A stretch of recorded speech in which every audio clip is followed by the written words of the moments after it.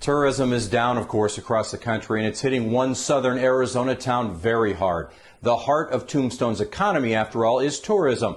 9 on your side's Sierra Encinas found out how the town Too Tough to Die is preparing to reopen when the time is right. Tombstone is famous for the shootouts at the OK Corral, but right now the Old West town is a ghost town. It's the most famous Western town in the world, and its bleachers have been empty since the end of March. March is our biggest month of the year, and it is for all of Tombstone.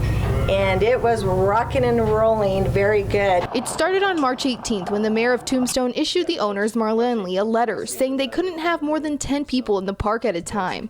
To complete closure 2 days later. This town thrives and lives, I'd say, 90% on tourism. In fact, just over a dozen businesses remain open in the small town of 1,600. And for the actors that love keeping the town running, it's hitting them the hardest. Well, they call me Banjo. Banjo moved to Tombstone 3 years ago just to take part in the gunfights.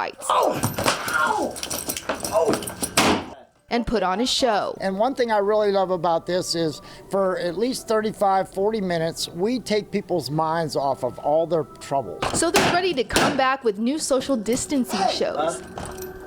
Get your mask on. And by keeping everyone who visits 6 feet away from each other while keeping the park clean. I want the tourists to come, and I want them to have fun.